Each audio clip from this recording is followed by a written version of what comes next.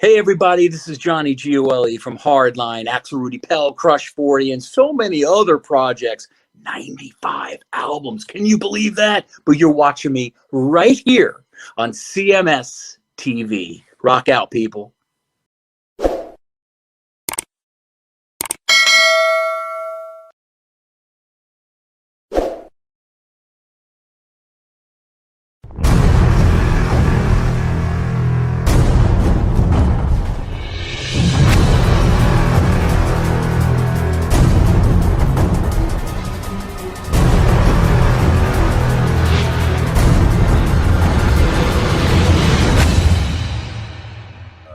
Good straight ahead music break in your face. Rock and roll, man.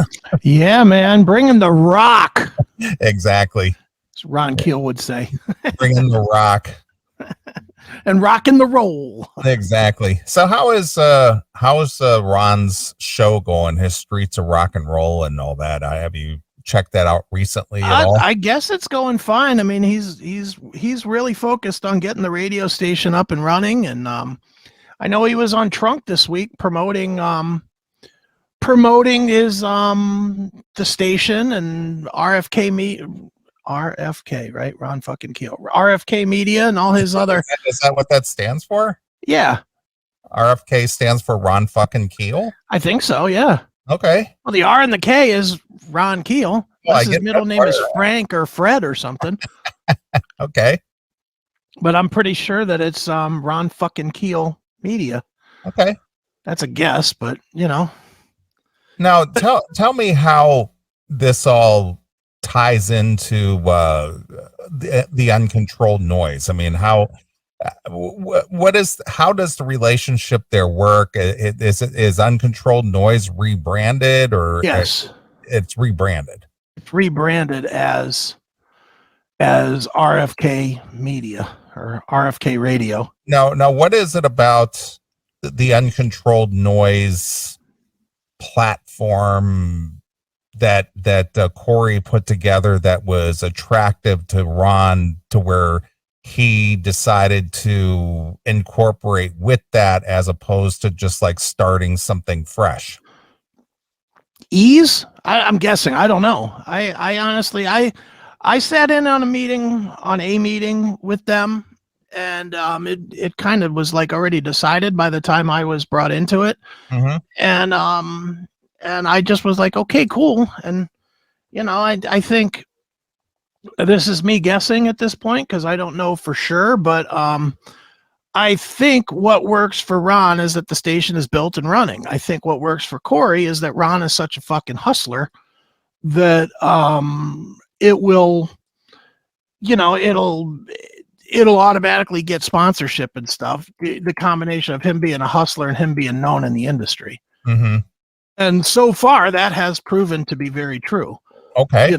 You know, I mean, Ron has already brought in the Joe Elliott show, and he's bringing, I don't know if I'm allowed to say if it's been announced or not, but I'll say it, whatever. Allegedly might be bringing Trunk Show onto the platform, and you know, obviously our show and Red's show, and he's got a couple of things working with a couple of different shows. So Ron is already out there hustling and finding sponsorships and getting sponsors and, you know, turning it into a profitable business. So that's what I think the partnership is about. Again, that could all be bullshit, and it might just be that they're buds and they like working with each other. I don't know, but all right. Well, fair enough. I was just curious about that. I mean, all I got to say is whatever they're paying Trunk, they better pay us double. I don't want it. I don't want it. Not that Ron or Corey would ever tell us what to say, but I don't even want to put that option on the table to ruin friendships. Of course, I'm being funny, but I know. Yeah, we were the stalwarts, man. I've heard the number, and I won't say it on the air, but I'll tell you, it's really not. Well, I mean, crazy. It's just a rebroadcast thing, so like, I mean, really, what does that bring to the interest? Because you can get it anywhere. Yeah, that's it. That's it. Oh, That's not bad. I mean, that's for Ron and for Corey. That's smart. Yeah, I guess. Yeah, but again, something like that's so easily accessible from other avenues. It's not like they're looking to bring that to, like go to draw people over because of that. I mean, I'm sure there is something to that, but what I'm trying to say is that it's accessible in other platforms that people would go there because it's already been there for so long that's what they're used to, is what I'm trying to say. I think that what Ron and Corey are trying to do, though, is build the whole "this is what I listen to all day long" platform, instead of people going to YouTube to find a clip about Queensryche or whatever. It's just turn it on and listen to Streets of Rock and Roll, and then Joe Elliott show, then maybe the Trunk show. Just have it flow through their day and become their classic rock station. Yeah, they're total listening all day long. You just turn it on and it's just playing. The total experience. So I think that's what they're going for, but it's hey, more power to them. I'm game. Well, I mean, Corey, obviously a veteran in the business. He's been doing this as long as we have. Yeah, he's been doing it forever. Yeah, he's been doing it a long time. And, I just kind of reminiscing back today, just kind of thinking about all the things. Remember how many online stations there used to be? Dude, we were on all of them, I think. Everybody and their brother had an online station. Everybody was streaming and everybody was doing, that is until the royalty thing kicked in and caught up with everybody. And that's like, I can't afford that. Yeah. Well, I mean, dude, how many stations were we on? Oh man, at least 10 or 12. I mean, there was Wicked Brew. There was The Loudest Rock. There was Stickman Radio, United Rock, Pure Rock Radio, Uncontrolled Noise. Mega Rock Radio out of St. Louis. Yeah. I mean, there were tons of them. Our own CMS Radio. We had our own. Yeah, we still do, kind of. Well, we do, but we don't play the music anymore. I used to pay the royalty, just a flat rate. Yeah, exactly. To play the music and stuff, but we had to cut that out. But it's interesting but it weaned everybody out, and now there's just more or less some notable stations out there, I guess. Yeah, that's a different time, man. I mean, radio itself is a different animal now. There's just not people that are just listening to endless songs that they don't know. Yeah, you know what the other thing is that I still get these. In my email box, I still get these deals from Sirius XM saying, "Oh, we could sign you up for $5." Blah blah blah. It's like, is anybody listening to Sirius Radio? I don't think. I mean, aside from the fact that you might get that in your new car if you buy a new car and they have it already in there, and you get like a free year subscription when you buy your brand new car, but. I can't even imagine what is the content on satellite radio that anybody be interested in getting. That I don't think that I don't think that it's better or worse. It's just comfortable. Oh. Dude, honestly, it's just it comes out of my credit card and that's it. And I don't think about it. And I like hair metal, so I can get the fucking whatever the hair metal channel is, Hair Nation. Yeah, but I can get it even in my car. When they have the free subscription, like they usually do it like on a Memorial Day weekend or Labor Day weekend, that it's all free. Yeah. And I'll tune in and listen. They're playing the same rotation of songs within like 6 hours. Dude, but it's the same that we've talked about this a million times. It's the fucking casino guys that don't realize that, the guys on stage aren't really Rat. They want to hear Living After Midnight. They want to hear Round and Round. They want to hear Love Walks In from Van Halen. They want the comfortable, I know that song, and I'll just sit back and listen to it. They're literally the classic rock people that just don't want to listen to fucking Pink Floyd. Yeah, well, I get it, but the thing is the rotation is what I'm talking about. Is that they have for satellite radio being what it is, or what the potential it could be, to have the same rotation repeat after maybe 6 to 8 hours, it's just unbelievable. It's just like you have your catalog doesn't go any deeper than that. That's it. Dude, I hate to tell you, but regular fans don't want it deeper.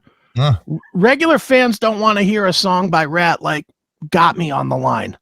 They have no recollection that that's even a song. They don't know that song. They don't know it. They know lack of communication, slip of the lip, Way Cool Junior. Dance. Yeah, and even that's a stretch. Dance, that's a stretch for Rat. They want just the biggest ones. Lay It Down. They don't really want, Shame. They don't want Shame.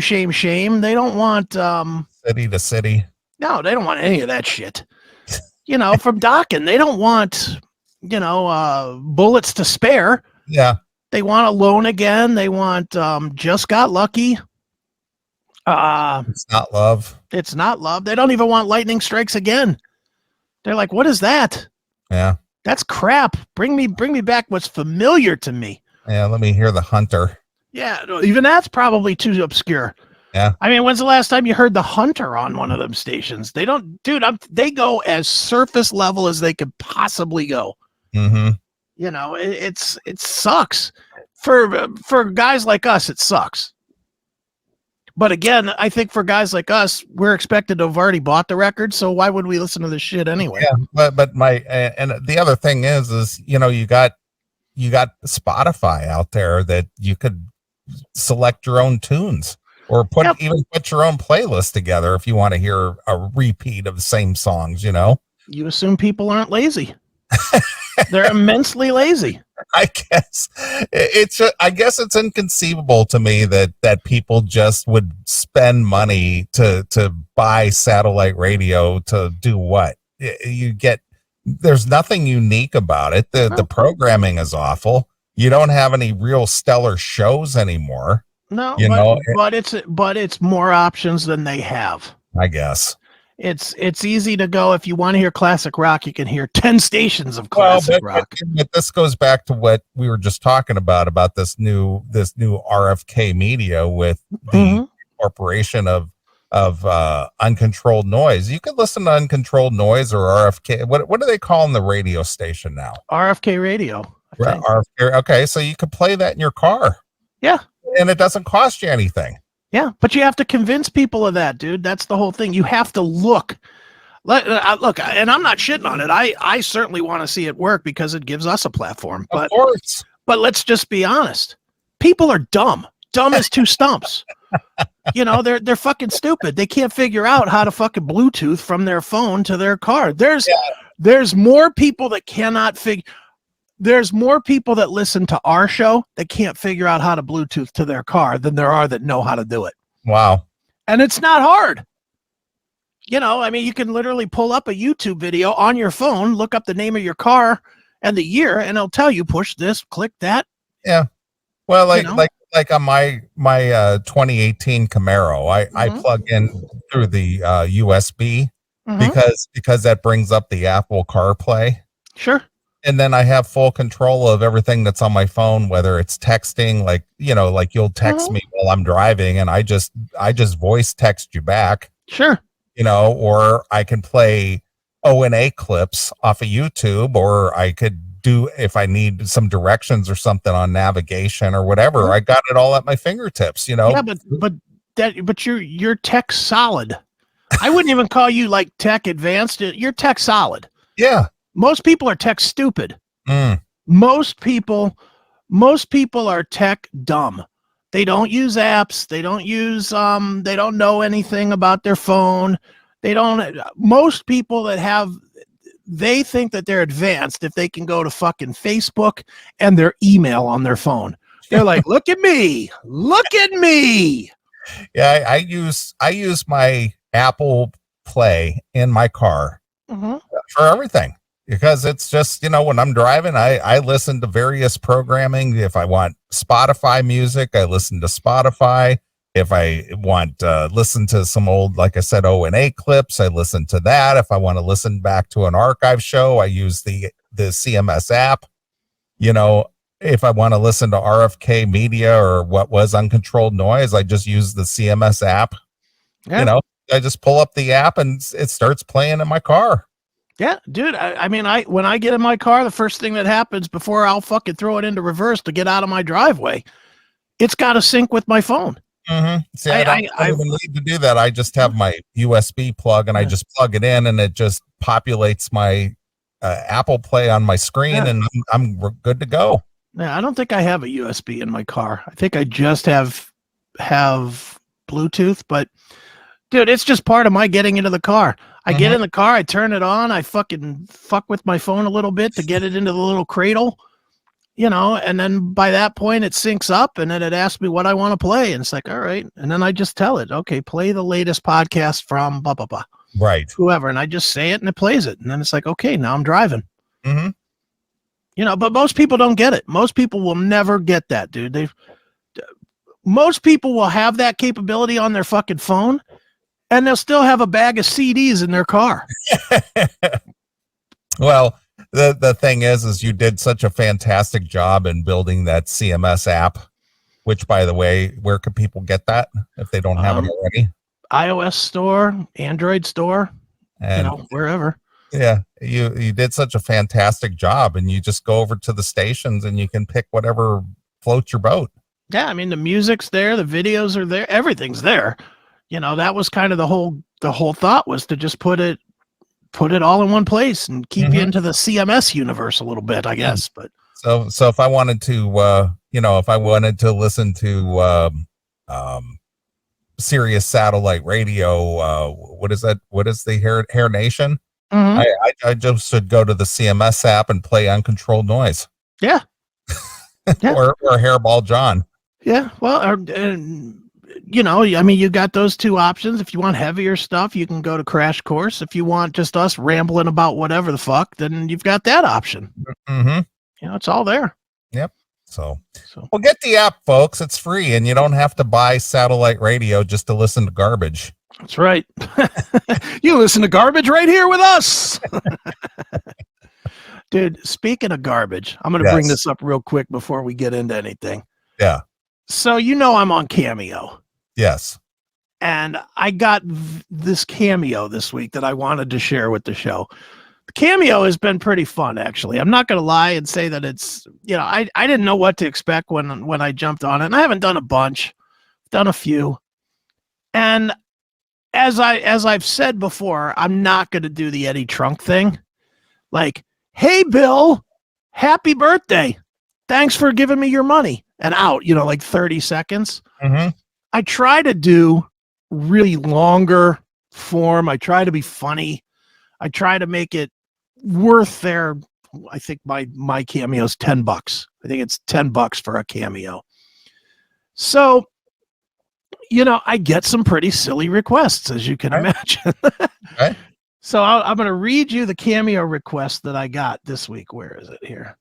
So I get this Cameo. It is from Dave Muse, M-U-I-S-E. Mm-hmm. And he said, about the recipient, it says, in China, they call me Fong Yung Ping, which means guardian of the potato. Okay, Fong Yung Ping. Fong Yung Ping. And it says the occasion just for fun. And it says instructions. Tell the world how you're the greatest Flock of Seagulls fan. In fact, wear your hair in that infamous 80s hairstyle. Well, I'll show you the video, and I will tell you up front, I did not wear my hair in the 80s. Well, I can't imagine how you could possibly do that with your hair. It's way too long. Yeah, it's, yeah. You know, it would look more like fucking Sam Hain or the Misfits, you know, for me with the long hair. I couldn't do it. But I can certainly do the whatchamacallit, the selling myself as the as a fan of the Flock of Seagulls. So we'll stop this thing along. This is 4 minutes long, talking about my love of Flock of Seagulls. All right. So there's some good one-liners here. So check this out. Is that the MTV video thing behind you? That would be the background cover, or that would be the cover of the Flock of Seagulls self-titled album. Okay, Thank you. Yeah, I noticed those. Yeah. Look, I wasn't gonna rip him off. I had to do it right. Oh, he's got that green screen comes in handy. It sure does. So check this out. This is me selling my love for the Flock of Seagulls. Okay. Chris Aiken from the Classic Metal Show. And you might think from hearing that I am the host of the Classic Metal Show that my love of music all stems from 80s metal music. And goddamn, would you be wrong.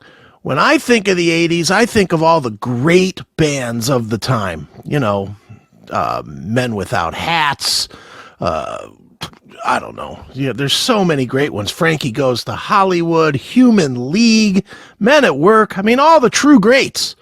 But there was one band, that stood above all the others in the 80s. Of course, I am talking about A Flock of Seagulls. And I am certainly glad to proudly announce that I am the greatest Flock of Seagulls fan that has ever existed. And I mean, how could you not be a fan of A Flock of Seagulls? I mean, they were just so tremendous. I mean, Mike Score and Paul Reynolds and Ali Score and the blazing bass guitar work of Frank Maudsley. I mean, this was a band that was like no other. When they came out, I mean, everybody remembers the song I Ran So Far Away. Everybody remembers that song. And that's fine. It was good for the radio or whatever. But it built a legacy which still lives today. You know, when I think of AFOS, and that's what us common great fans call them, A Flock of Seagulls were just so much better than everybody else. In fact, in the 80s, when AFOS was on the top of the world, I formed the first ever fan club for Flock of Seagulls. It was called AGOG, A-G-O-G-G, which stood for A Gaggle of Gay Gentlemen, which of course was just a tribute to the greatness of A Flock. Come on, this is good, right? Yeah, Gaggle of Great Gentlemen. Gay gentlemen. A gaggle of gay gentlemen. Wow. Come on, this is good. I was having fun with this. Of course you were. You're talking about it as if it was a real passion. Yeah, it really sounds like I'm a fan, doesn't it? It does. The fact that you named the people in Flock of Seagulls and you're going, never heard of these guys. Nobody's ever heard of a Frank Maudsley. Yeah, of course not. All right, here's some more. Flock of Seagulls. Now, I'm just going to tell you, I must have played that self-titled album 10,000 times within the first 2 weeks that I had it. It just stayed on play nonstop. I mean, songs like Telecommunication or You Can't Run, of course, the big hit single Space Age Love Song. I mean, these were absolute classic songs. And I remember back in that day before I grew my hair long, you know, I used to wear my hair that way, pushed down in the front and wings, you know, because it just showed the coolness that I had by being associated with A Flock of Seagulls. And they went on to have so many great albums. Listen in '83, A Story of a Young Heart, and I don't know how many people know it, but Mike Score is still out there today touring. He's out there bringing the greatness to the masses. And I mean, these are sold out arena-sized rooms. I mean, maybe not quite arena size, maybe the size of a small bedroom, but still big rooms. You know, maybe the size of a small bedroom. Yeah, I think about that video that we played a while back of Mike Score out there. Yeah. And he doesn't even look anything like he did. He looks like Uncle Fester with the big bald head, and you know. It's just funny. This is just fun. I had so much fun doing this, and I did it in like 2 minutes. I didn't really research anything. I just pulled up their page and to get the names of the people. Yeah, and that was it. So you did a 4-minute video in 2 minutes. Yeah, well, and I mean, I spent like 2 minutes getting ready for it. I'll say, which was just finding the album art and finding the names of the people. But right. All right, let's finish this up. Thrilled to see A Flock of Seagulls. They were a great band. They're still a great band. In fact, I'll just say it. They are the greatest band that has ever existed. A Flock of Seagulls. They were just tremendous. And I hope I hope for Dave, I hope he certainly digs them as much as I did. I don't know how many people know this about Dave, but he was known as Feng Yingping in China, which of course stands for Guardian of the Potato. Should have been named something like Feng Yong Flock to be the guardian of the flock of seagulls, because that was the only band that mattered. So, Dave, thanks for requesting me here on Cameo. I certainly had no problem selling my absolute love for the band A Flock of Seagulls, and I hope you're doing it too, because if we don't keep the music alive, it will just be buried by these inferior bands, these Metallicas of the world, or U2s or whatever, Springsteen. People start remembering them and they start forgetting the true greatness. That, of course, of AFOS, A Flock of Seagulls. There you go. Well, that could have been a Chris Aiken Presents. Yeah, it really could have been. But there you have it. Me selling A Flock of Seagulls. Yeah, good on you. And you earned every dime of that $10. Yeah, I got my 10. They got their $10 worth. I got my $7.50 or whatever I get from Cameo worth out of it. So what does Cameo take? 30% or something? 25. 25%? Yeah. I've thought about just setting it up myself and just doing, because I don't really need Cameo, but it is a bigger platform. So yeah, and it at least you end up in their what do you want to call it? Their rotation or whatever.